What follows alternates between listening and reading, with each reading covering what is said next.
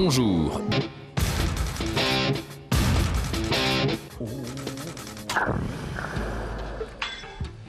Première mondiale cet hiver à Grenoble. Le Centre international de recherche musicale donne le premier opéra subaquatique. Compositeur contemporain, Michel Redolfi est le spécialiste mondial de la musique subaquatique. Le concert se déroule au fond d'une piscine et n'est audible que sous la surface. Les spectateurs en maillot vérifient qu'ici, le monde du silence n'est pas celui qu'on croit.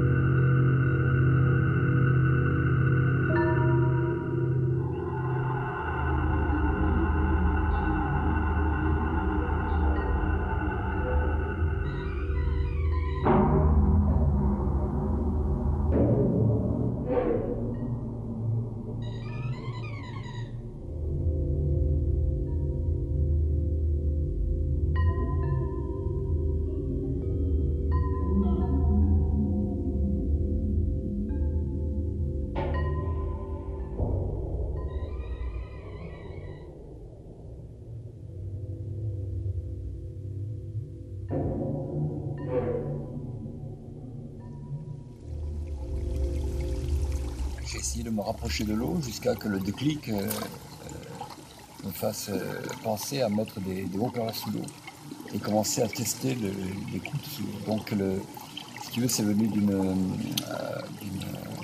volonté de m'intégrer dans un paysage que j'aimais beaucoup. La vérité, c'est que je crois avoir eu l'idée dans un train entre Paris et Lyon, en revenant de Californie, et j'étais très triste.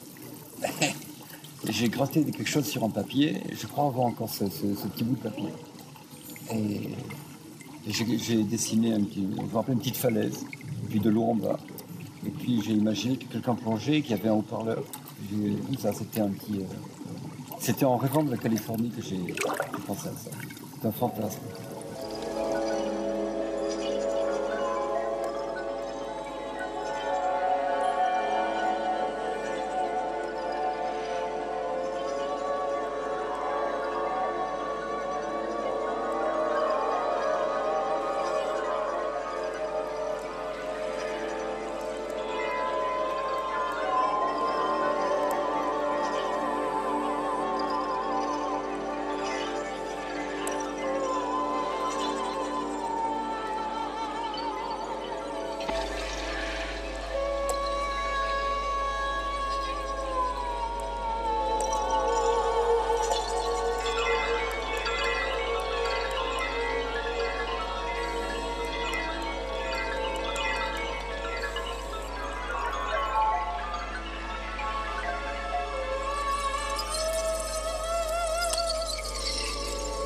C'est plutôt moi qui lui ai dit, tu sais, les percus sous l'eau, ça marche, ça peut marcher.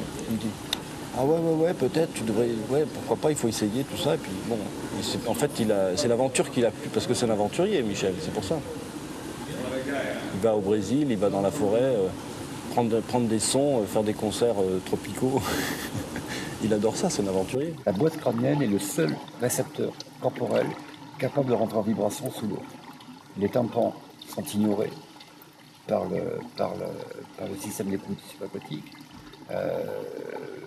L'oreille moyenne, c'est-à-dire les osselets, tout ça, sont relativement ignorés. Et ce qu'on a, c'est surtout le nerf auditif qui est directement imprégné de la vibration sonore par la résonance de la tête.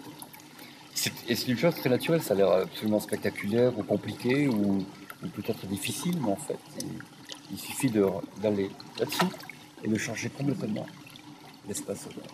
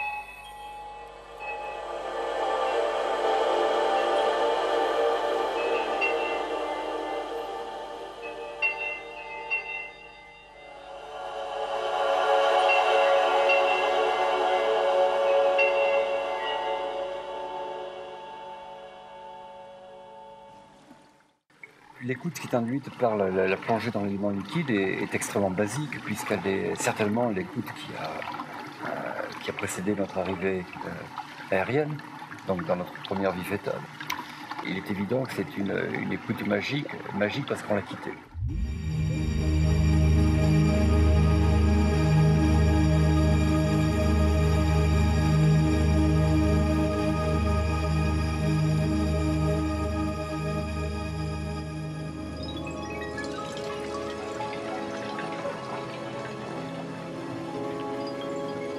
Lorsque je passais au milieu des gens, que je voyais ces jambes qui passaient, enfin ces jambes qui s'agitaient, ces personnes qui glissaient dans l'eau, Luminara chantant un petit peu comme dans un paysage de Blade Runner à l'intérieur de sa bulle, en voyant Alex Crillot cogner son bronze comme si rien n'était, comme si c'était le forgeron de l'espace. D'un coup, je me suis dit qu'on avait là une fiction. À la fois, c'est une science-fiction en temps réel. C'est-à-dire quelque chose qui pourrait être du domaine de l'imaginaire, de l'utopie, du projet, de la narration, enfin de la fiction, tout simplement. Et puis là, c'est devant nous. Et c'est encore de la science-fiction, puisque ça se passe qu'une fois. Et qu'on va l'entendre beaucoup plus parler que ce qu'on en aura vécu.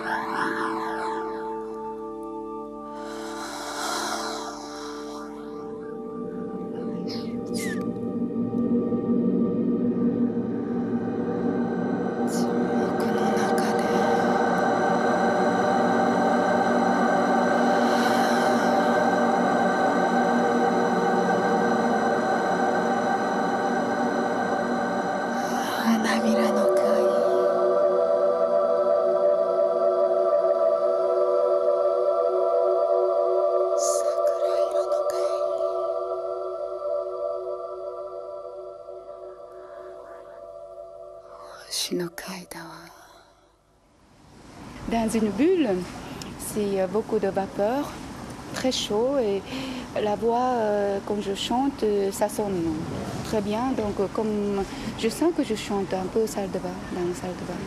Et puis, je vois des gens, des publics, comme des poissons avec des lunettes et tout, et puis ils flottent comme ça. J'aime beaucoup voir l'aquarium, donc c'est très amusant aussi. S'il te plaît, il n'y a pas beaucoup de monde comme ça. Voilà. On va te laisser là-bas, d'accord?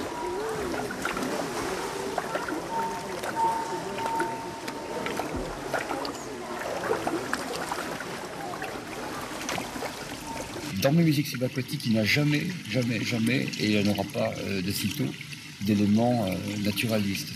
On n'est pas là pour écouter ou simuler ce qui existe dans les grands océans.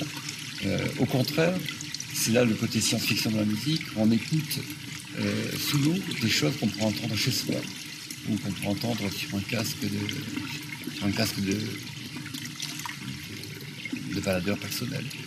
Je sais pas, il y a des sons, ça vibre partout dans le corps, c'est affolant, c'est impressionnant quand même. Hein. C'est assez étonnant parce qu'on tremble en même temps qu'on entend la musique elle-même, quoi. Ouais. Et enfin bon, je sais pas, je trouvais ça assez bizarre parce que c'est vrai qu'on coule, enfin on y est.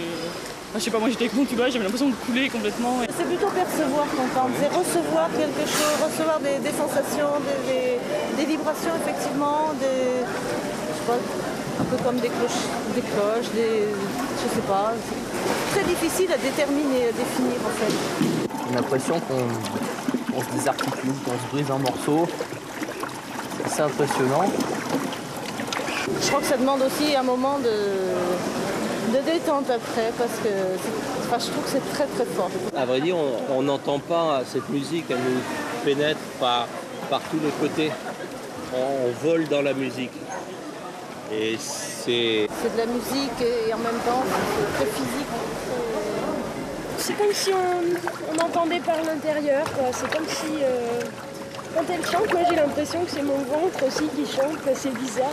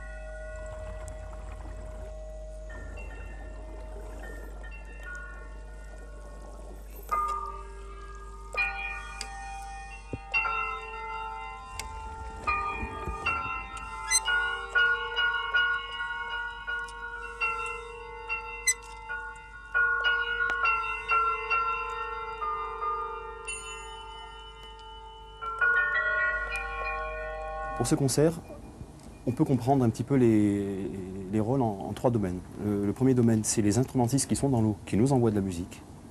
Michel Pascal, donc avec des effets, et des sampleurs et des effets de traitement, traite ce matériel sonore. Et moi, je récupère le son à partir de ce moment-là et je suis en charge de rediffuser tout ce son-là en le passant par des traitements aussi, par de la compression, pour envoyer ce son-là dans la piscine. Et la boucle est bouclée.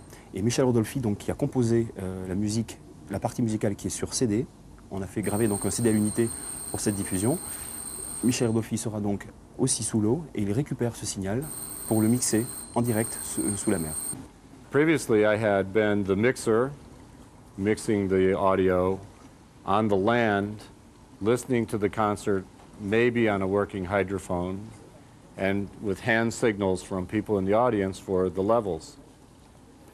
And after some discussion with my good friend Michel, I said, this is crazy. I mean, we're fools. We're mixing audio on the land that you can only hear in the water.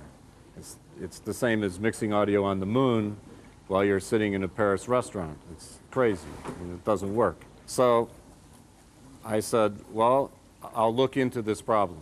So I made this box, which is a digital controller for a mixer, which allows Michel to very carefully control the levels in the pool. This box is going to in the water. Michel will go in the water. He'll stand there and he gets a feedback reading of the levels. He hears the levels. He can adjust the levels. So he has controls over every parameter of the audio, the players, the singers, the tapes, the processors, and he can adjust them. And hopefully this is the first time that I know of that this has ever happened, that someone has mixed audio maybe sonar signals or atomic submarines, but never audio in the water.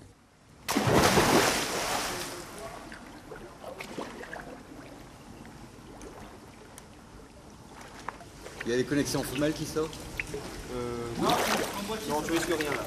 Il y a 0,0 volts. Je sais pas ce que je voulais dire. Ça serait bien, tu descends, tu fermes la bouteille, s'il te plaît, parce que... Luc. Ouais, c'est ça, c'est ce qui fuse. Ouais. I'm not afraid. The box is not afraid. But if we get bubbles, it will work for a little time. And we reseal the box. But I think it will work fine. I have great confidence. I do not lie.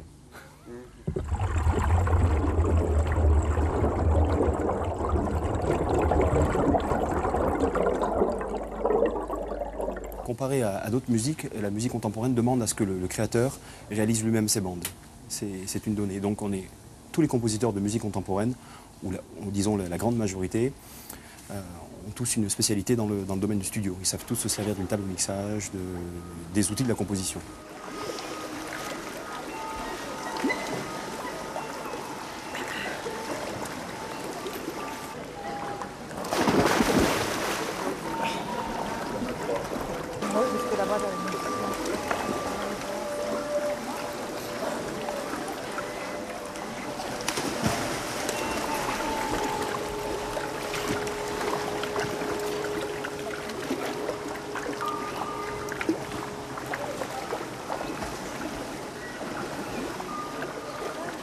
On a installé des micro-contacts sur chaque lame et ces micro-contacts amplifient les lames, ce qui permet de faire des concerts à 3-4 bassins. On peut avoir des gens qui ne sont pas dans le bassin où je joue et qui entendent aussi le son de l'instrument.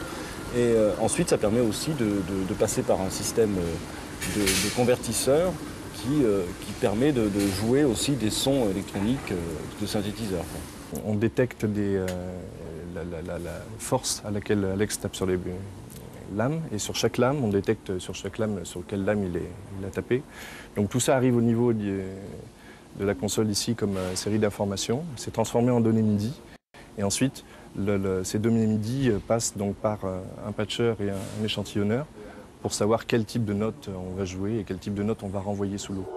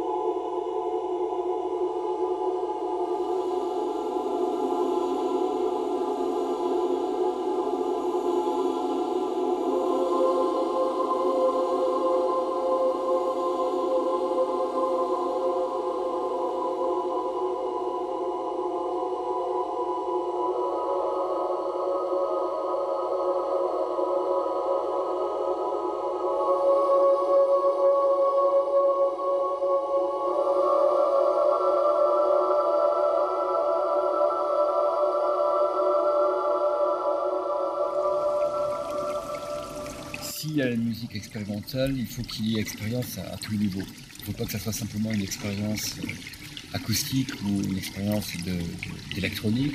Il faut que ce soit une expérience sociologique, humaine, sensorielle, visuelle. Il faut que ce soit une expérience avec des éléments. Et il faudrait que ce soit tout ça. Alors il est dur de faire, dans la musique aérienne, il est dur de croiser tous ces éléments à la fois. Généralement, dans un concert, on entend une expérience de musique électronique, puis on va à un autre, c'est une expérience sociologique, par exemple un concert de rock. Là, il se passe en musique subaquatique, de par la nouveauté de ce rendez-vous. Il y a beaucoup de choses se mettent en jeu qui sont à la fois une expérience pour le public et pour le compositeur.